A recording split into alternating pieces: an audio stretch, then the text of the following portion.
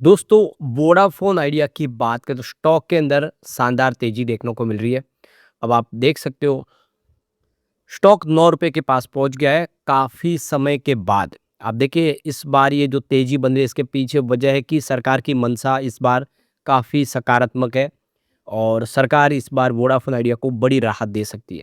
सबसे बड़ी बात है कि इंडिया और यूके के बीच में फ्री ट्रेड एग्रीमेंट होने जा रहा है, जिसको लेकर वोडाफोन पीएलसी जो यूके की कंपनी है उसको यहाँ पे राहत देने की तैयारी है, जिससे संबंध और सुधरे, जिससे एक माहौल बनता हुआ दिखाई दे रहा है कि इस बार बड़ी राहत मिल सकती है, जिससे पॉजिटिव एक मैसेज जाएगा पूरे वर्ल्ड के अंदर। इससे देखो कि वोडाफोन आइडिया के शेयर में तेजी बने, लेकिन दूसरी तरफ एक झटका लगा वोडाफोन आइडिया को। दूसरी तरफ वोडाफोन आइडिया को झटका लगा है telecom regulatory authority of India यानी ट्राई की तरफ से। नए जो सब्सक्राइबर के आंकड़े जारी किए गए, वो चिंताजनक है वोडाफोन आइडिया के लिए, क्योंकि अभी भी वोडाफोन आइडिया के कस्टमर नहीं बढ़ रहे, जबकि बीएसएनएल को बहुत सारा फायदा हुआ है। पूरी अपडेट क्या है उसको समझेंगे। इसके अलावा कुछ और लेटेस्ट अपडेट है जिसको इस वीडियो के माध्यम से जानेंगे हम। लेकिन फ्रेंड्स, उससे पहले अगर आप पहली बार हमारे चैनल पे आए तो चैनल को सब्सक्राइब कर दीजिए, एक बेल आइकॉन दबा दीजिए ताकि जब भी नया वीडियो बने पहला नोटिफिकेशन आपको मिले। वीडियो पसंद आए तो लाइक से जरूर कीजिए।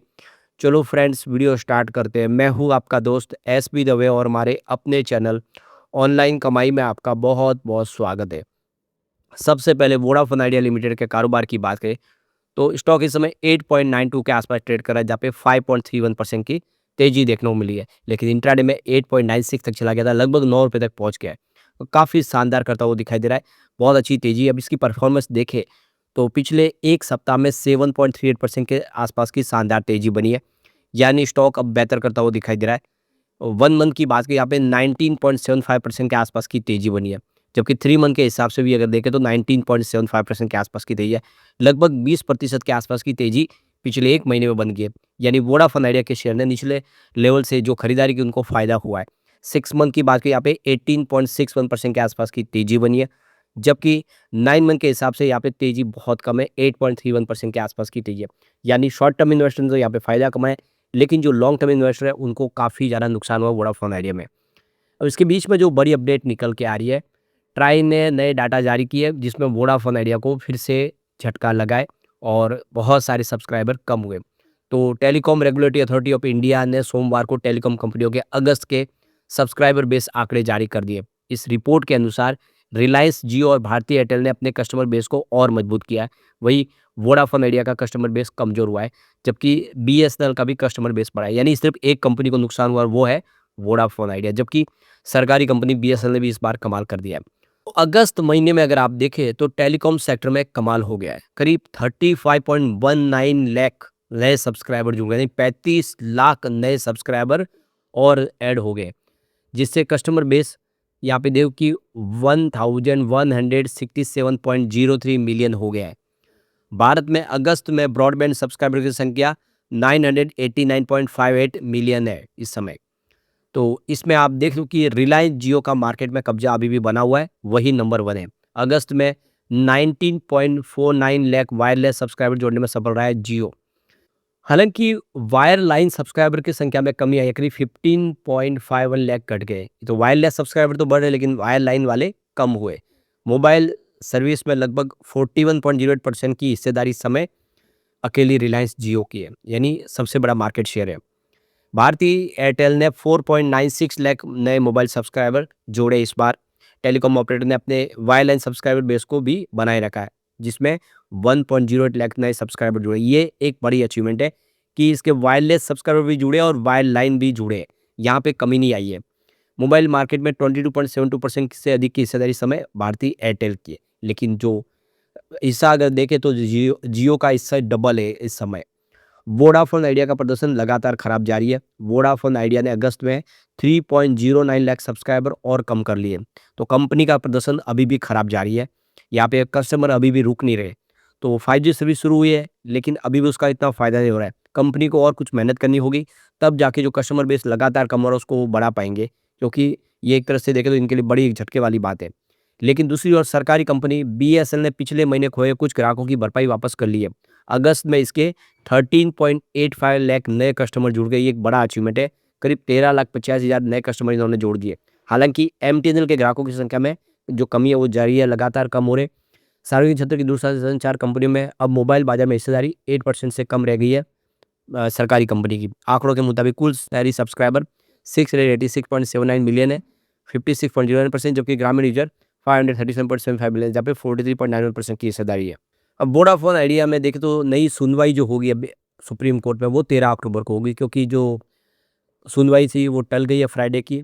अब सरकार भी चाहती है कि कुछ एकदम ठोस कदम उठाया जाए, तो यहाँ पे सरकार ने बड़ी तैयारी कर ली है। एक बड़ा यहाँ पे राहत मिलने की तैयारी है वोडाफोन आइडिया को। तो यूके के साथ में इस समय संबंधों को सुधारना है। फ्री ट्रेड एग्रीमेंट हो रहा है यूके के साथ में, तो वोडाफोन पीएलसी जो यूके की कंपनी है उसको बड़ी राहत देने की तैयारी सरकार ने कर ली है। कुछ बड़ी पॉलिसी तैयार हो रही है। तो सरकार एक वन टाइम सेटलमेंट की तरफ आगे बढ़ रही है। ये जो पुराना जो पूरा का पूरा जो कई बिलियन डॉलर का जो मामला पेंडिंग पड़ा है वोडाफोन ग्रुप का, उसको एक बार में ही सेटलमेंट करना चाहते हैं, जिसमें एक फाइनल रकम तैयार करके वो उनको भरने के लिए कहा जाए, ताकि सारा का सारा जो मामला है उसको सेटल किया जाए, जिसमें जो ब्याज है उसको भी माफ़ किया जा सकता है और जो पेनल्टी लगाई है उसको भी माफ़ किया जा सकता है। वो काफ़ी बड़ी रकम है, वो कम हो सकती है। ब्लूमबर्ग की रिपोर्ट के अनुसार सरकार बड़े कदम की तरफ आगे बढ़ रही है। तो ये जो प्रपोज जो रिजोल्यूशन है वो नियरली 2 लाख करोड़ यानी 22.5 बिलियन डॉलर के आसपास का जो डिस्प्यूट है उसको लेकर है, जिसमें पेनल्टी और इंटरेस्ट भी शामिल है। तो ये सब को माफ़ किया जा सकता है, प्रिंसिपल अमाउंट में भी कुछ राहत दी जा सकती है, ऐसे रिपोर्ट में कहा जा रहा है। इसके पीछे सबसे बड़ा रीज़न है कि सरकार 2 पार्टियों के ऊपर पूरा जो टेलीकॉम सेक्टर को नहीं सौंपना चाहती। तो वो चाहते हैं कि कम से कम बाज़ार में 3 जो प्राइवेट प्लेयर तो बने रहे और साथ में सरकारी कंपनी ऑलरेडी है। तो रिलायंस जियो और भारती एयरटेल की दादागिरी ना हो और लोगों को फ़ायदा हो, इसके लिए वोडाफोन आइडिया को तो ज़िंदा रखना होगा और इसमें सरकार की भी बड़ी हिस्सेदारी है। अगर वोडाफोन आइडिया को कुछ होता है तो सरकार को तो भारी नुकसान होगा, क्योंकि वो 49% के हिस्सेदार है और इसीलिए बड़ी तैयारी कर ली है सरकार ने।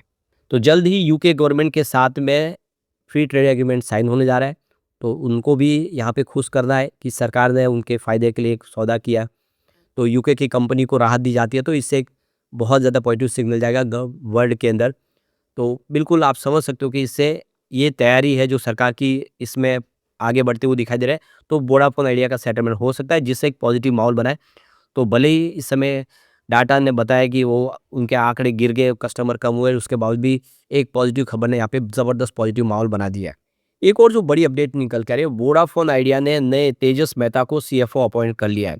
तो ये देख सकते हो कि मुर्थु जीवीएस जो थे उनका कार्यकाल पूरा हो चुका था और 5 अक्टूबर 2025 को उनका टेन्योर खत्म हुआ। तो उसकी जगह पे अब देखो कि वोडाफोन आइडिया ने तेजस मेहता को चीफ ऑफिसर यानी सीएफओ अपॉइंट कर दिया है। तो ये 6 अक्टूबर 2025 से उनका कार्यकाल भी शुरू हो गया। काफ़ी अनुभवी व्यक्ति है, बोर्ड ऑफ डायरेक्टर में उनका जो कमिटमेंट है, 49 ईयर की उनकी एज है और बहुत सारे क्षेत्र में उन्होंने कामयाबी दर्ज की हुई है। एक चार्टर्ड अकाउंटेंट के तौर पे उन्होंने शुरुआत की थी। तो ऐसे में एक अनुभवी व्यक्ति मिलने से कंपनी के बिज़नेस में ग्रोथ देखने को मिलेगी। तो इस समय जो कंपनी बहुत ज़्यादा मुसीबत से घिरी हुई है, उसको एक बड़े सहारे की ज़रूरत है, जो तेजस मेहता के रूप में मिल सकता है।